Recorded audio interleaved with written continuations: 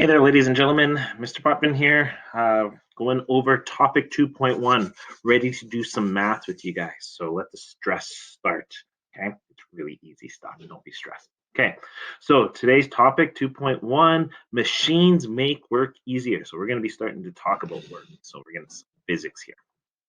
So first thing we're going to cover is something called mechanical advantage. Okay, and this is what's going to be one of our first mathematical equations. Mechanical advantage of a machine is the amount by which a machine can multiply its force. So it's how much extra we can lift, or how much force we can lift compared to the force that we actually have to exert. The force applied, there's some very important terms. The force applied to the machine is called the input force. So this is typically the force that we apply to it or something else applies to it. So if we're pulling down on a lever, we are physically pulling down on that lever. So we are putting an input force into that lever. So the way I like to think about it, when you're reading the question, you're rereading the question again and rereading the question again. If it doesn't specifically say what is the input force, you need to go and ask yourself, what are you putting into it, or what force is getting put into the machine? The force that the machine applies to the object is called the output force. So when we pull down on the lever, we're putting an input force out. That lever on the other end is moving up. That is the output force. So the load that it's lifting is the output force. So here we have a picture from our textbook of two strapping young men trying to change the tire on a car. They don't have a jack, so they're using a lever. Okay. So they set up a first class lever. They have the fulcrum fairly close to the load, so you know the input force will end up by being less than the output force going out. So the two of them pull down on the lever, and then they can go and change the car. Okay. Really bad picture, because like, how are they going to change the tire as soon as one lets go? The car is going to go down. But regardless, it shows the concept really well. So here is the mathematical formula. You guys might need to know this. Hint, hint, hint. Mathematical formula for mechanical advantage, you can just simply write MA is the output force, so the force that the machine gives out, versus or divided by the input force, the force that goes in. Okay. So here's our first example, and we're going to do this. So let the stress start. Okay, we have a pulley system. It says, what is the mechanical advantage of a pulley system with an input force of 45 newtons and an output force of 180 newtons? Simply telling us what the input is, simply telling us what the output is. So we don't have to do too much thinking about, okay, which one is which is which. It actually says it right there. Okay, so remember, my first step to solving equations, okay, there's 5 marks for these types of questions. The first 2 steps, you get 0 marks. Okay, so the first step I've already done, it's read the question. The second step, for those of you that were not in my class, Miss Rennie's class, maybe you don't know what I said. Those of you that were in my class, you guys should know what it is. You should be saying it right now, unless you're asleep in my class, and that is reread the question. You reread it as many times as you need. Okay. Then we start solving the problem. So I'm going to make my screen really big here. Got a trusty board that I borrowed from Miss Robertson. And let's do this. There we go. So we have, there we go. So we start with our givens, okay? So our givens are the first things that we start with right here. It says givens. FO is equal to 180 newtons. Everything's backwards. Huh. You guys notice that? Everything's backwards. Wonder how I can change that. I have no idea. Okay, hopefully you guys can read this. So we have our givens. FO is equal to 180 newtons. Fi is equal to 45 newtons. Mechanical advantage is question mark. We don't know what it is. Okay, so you guys get 1 mark for this. This is a Potman thing. I don't know if other science teachers do it. This is how I was taught, so it's what I'm going to do. It's what I expect you guys to do. Then we go over here and we write our formula. Ma is equal to Fo over Fi. Mechanical advantage is equal to force out over force in. Then we have 180 newtons divided by 45 newtons. Plug that in your calculator if you need to. And we end up by getting an answer of 4. Okay, so we have 4 as our answer. There we go. So that's 4 marks. What's the last mark? What's the last thing we get marks for? Some of you are shouting out right now, Podman, we know what it is. It is write a sentence. So yes, you have to write a sentence, okay? So make sure you write a sentence. The mechanical advantage of this pulley system would be 4. Now, there wasn't any units there, okay? Should there be units? What should the units for mechanical advantage be? Let's go back and look at this. Turn this down here. What should the units be? I've got 4 here. The way we got 4 is we went 180 divided by 45. Okay, 45 times 2 is 90. So 90 times 2 is 180. So we got that 4. Okay, so the 45 goes into the 180 4 times. So how do we come up with a unit? I don't have any unit here. Lots of students will go and say, well, it's newtons. We got newtons here. Okay, but remember, when we're dividing something, things cancel out. Okay, so if you actually break this up and say 180 divided by 45, we get 4. If we go and say Newton divided by Newton, what is that? Okay, and this is where I'd go around and ask the class, what is a Newton divided by Newton? Students would say, well, it's a Newton, obviously. Then I go and I ask them, what is 2 divided by 2? And of course you say it's 1. And I say, what's 8 divided by 8? And of course you say, that's 1. And I say, what's 1,300,000 divided by 1,300,000? And of course you say 1. And then I go and say, what's Desiree divided by Desiree, if there happened to be a Desiree in the class? And then the kids look at me all weird. I'm like, what the heck? What's he talking about? And then someone will clue in and say, well, it's 1, because anything divided by itself is 1. So what is a Newton divided by a Newton? 1 Newton divided by 1 Newton is 1. Those Newtons cancel out, and we're left with 1. So 4 times 1. Well, what is 4 times 1? 4 times 1 is 4. Well, we're humans. We're lazy. We don't want to write 4 times 1, so we just leave it as 4. Okay, so the answer is 4, and it is a unitless number. This is very, very important to remember. It's a unitless number because a mechanical advantage is a multiplier. It tells us how much we multiply the force by in order to how much the machine multiplies the force advantage. Okay? So there we go. Some very tough math there. And so, of course, like I had up here, the mechanical advantage is a unitless number. So this is very important to remember, okay? So please keep in the back of your mind that mechanical advantage will always be a unitless number. Now, let's continue going on. The next thing we're going to talk about is speed ratio, okay? I'm going to erase my board here so I can do some backwards writing for you with speed ratio. We do the exact same things with speed ratio. Speed ratio measures the distance the object travels in a given amount of time. So we calculate speed ratio the same time we calculate mechanical advantage. It's a measure of how the speed of an object is affected by a machine is called the speed ratio. Sorry, so speed measures the distance an object travels in a given amount of time. The measure of how the speed of the object is affected by a machine is called speed ratio. So again, this is a ratio number, so that gives us a hint of what the units are going to be.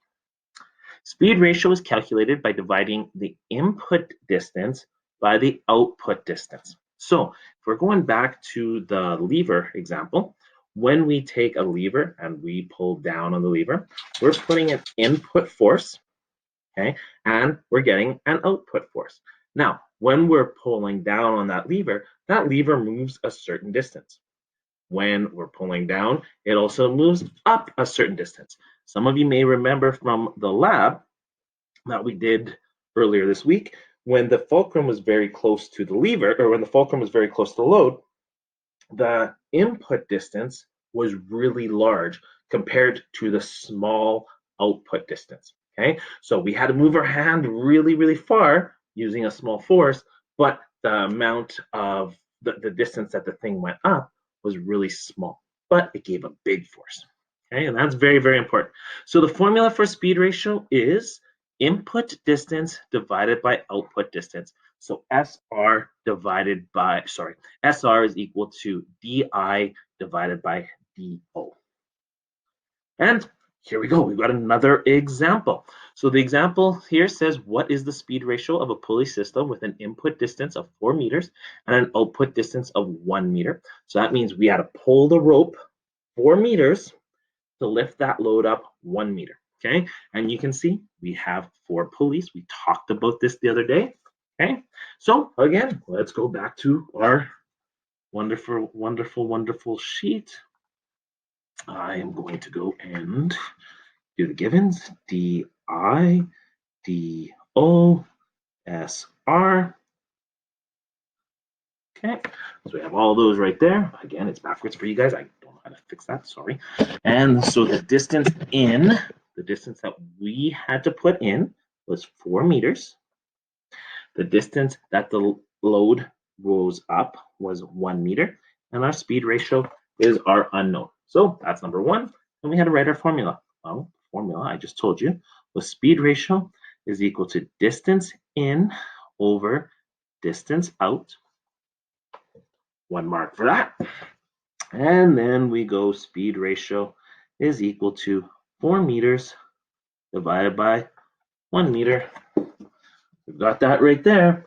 We all know what 4 divided by 1 is. What is 4 divided by 1? Let's check. Plug into your calculators. Plug into your brains. Perfect. We know speed ratio is equal to 4. Forgot to do this in the last one, but I like putting my answers around the box. Okay.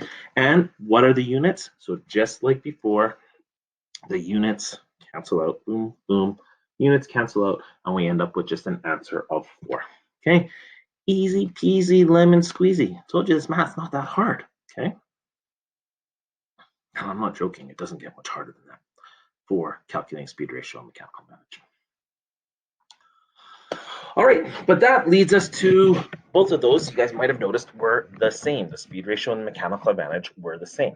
Okay, so this leads to the next part where we start talking less force but greater distance. So we ended up by using less force on a lever. We used less force on that pulley, but we ended up by having to pull a greater distance or pull down a greater distance of the lever.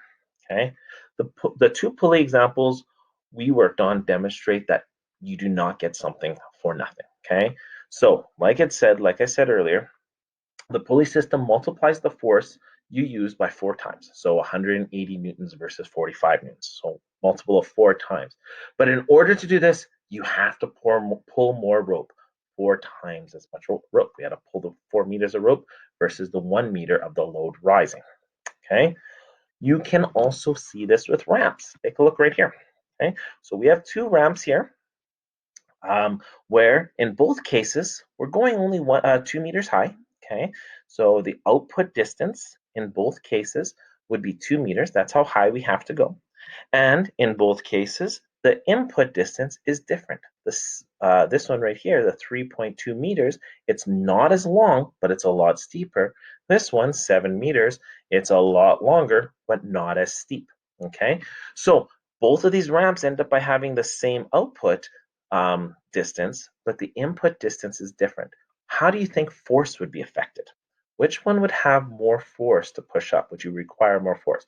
Would it take more effort, the force part, not the distance, would it take more effort to push a box up this ramp or up this ramp? Think about it. Think about it. What do you think? Okay, it would obviously take more force to push the ramp up, sorry, the box or something up this ramp because it's steeper. So gravity is going to be affecting it more. Gravity is going to be pulling down. Whereas this one, gravity is not going to be pulling as much. So you're going to be able to use less force. Disadvantage, of course, though, is you have to go more distance. We see this in roads as well. I talked about how Airdrie is essentially high up on a ramp, right? High up elevation, so you have to drive up a ramp. Well, those ramps are really long. We're not driving into Airdrie on a road like this. In some cases, you can barely even tell. There is an incline or decline, but it's not a substantial incline or decline.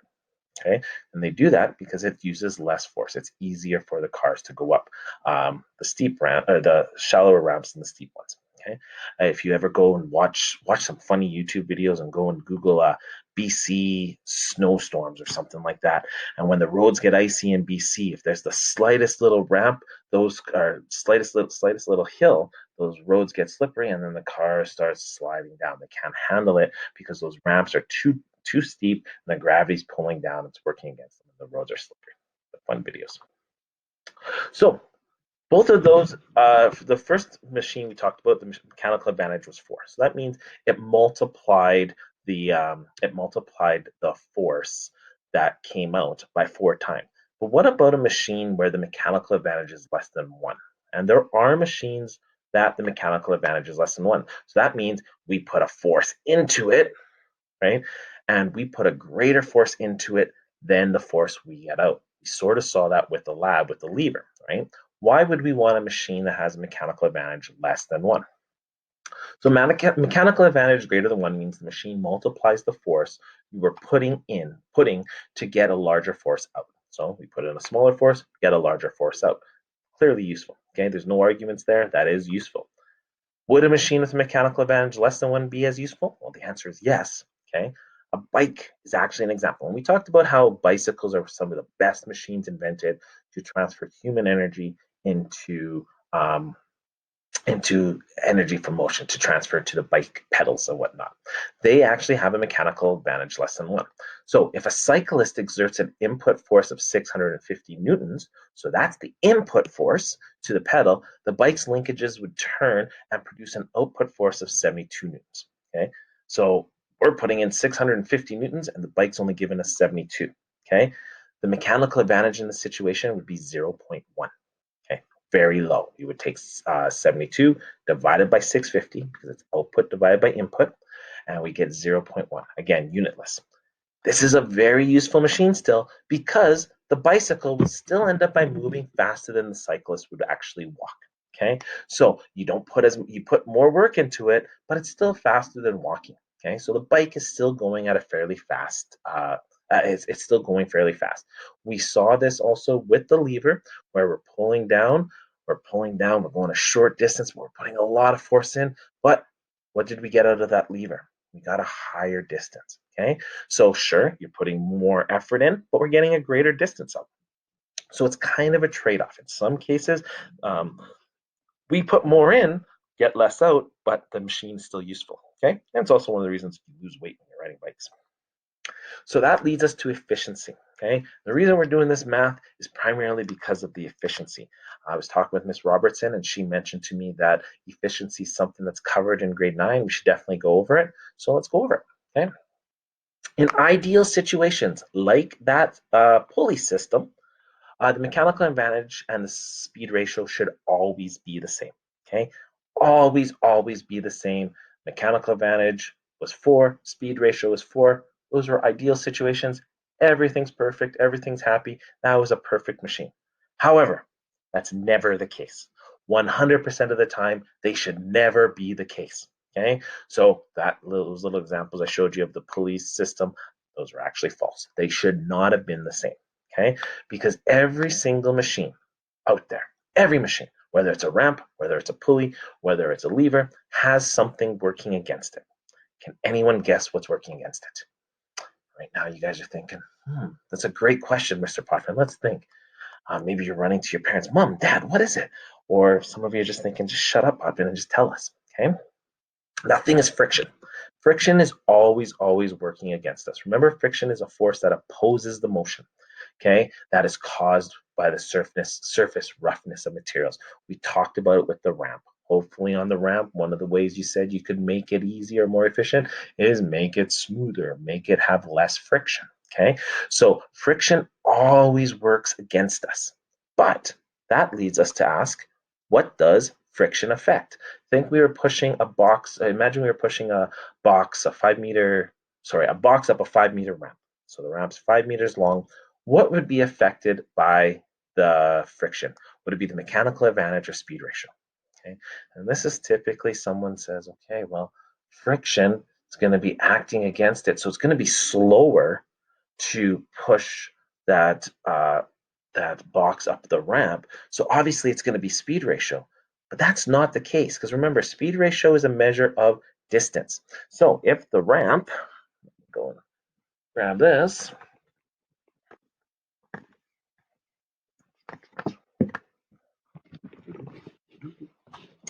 If the ramp was 5 meters,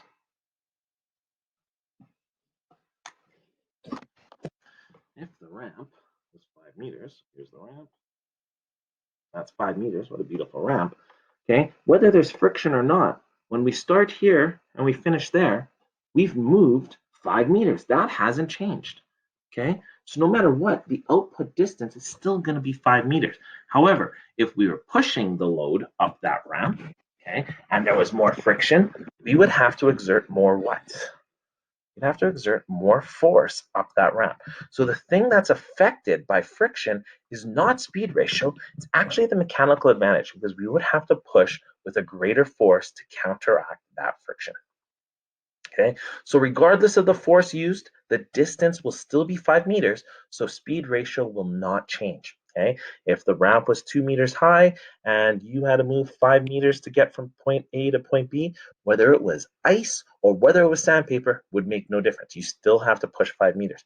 However, if it was sandpaper and you had to push 5 meters, you would use a lot more force than if it was a very smooth surface. So more on efficiency. There's a math equation here. Friction affects the mechanical advantage of a device, so it always affects efficiency. The mechanical advantage should never equal the speed ratio because friction is always affecting it. And that includes things like ramps, levers, and also pulleys. Some machines get affected less than others, but it always is acting against it. Efficiency is a measure of how well a machine or device uses energy. Okay, and the formula for efficiency, it's a tough one, is efficiency is equal to the mechanical advantage divided by the speed ratio times 100. So MA divided by SR times 100. Now, whenever we take something and we divide one number by the other and multiply it by 100, we are figuring out a percent. Think of a test. If this was a test and there was 50 questions on it and you got 40 questions right, you want to figure out the percentage, you go 40 divided by 50, you get 0.8, multiply it by 100, we get 80%. Efficiency is the exact same thing.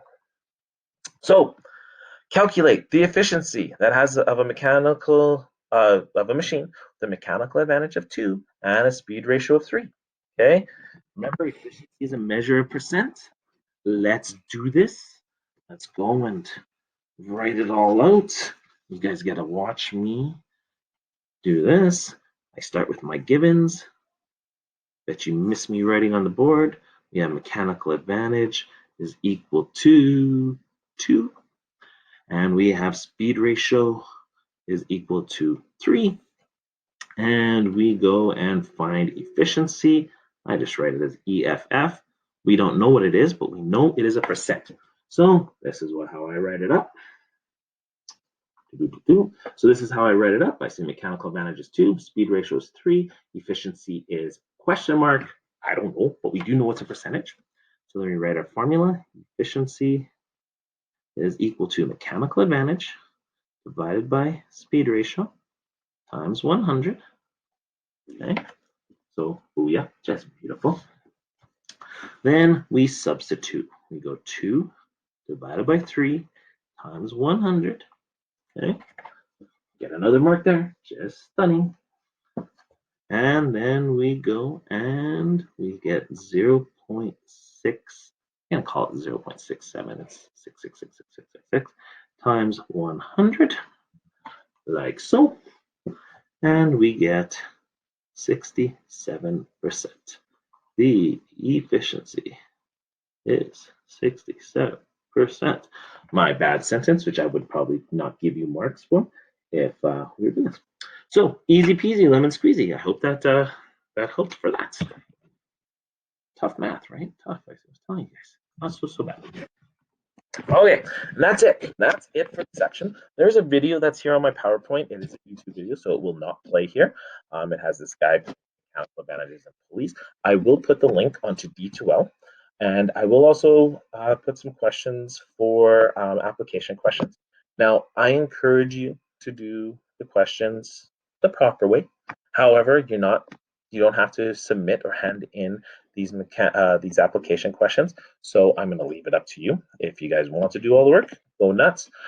There will be a few quick questions on the quiz for math as well. There will be multiple choice questions and things like that. But we're not going to be doing this quiz until next week. So make sure you guys save this video somewhere. Make sure you have access to it, and go from there. All right. Hopefully this wasn't too stressful and and nerve-wracking for you guys. It's not super hard stuff, and we're not going to be doing as much math as we would be in the classroom. But please make sure you guys know about efficiency and know why the efficiency is never 100%. Very important. Have a good day.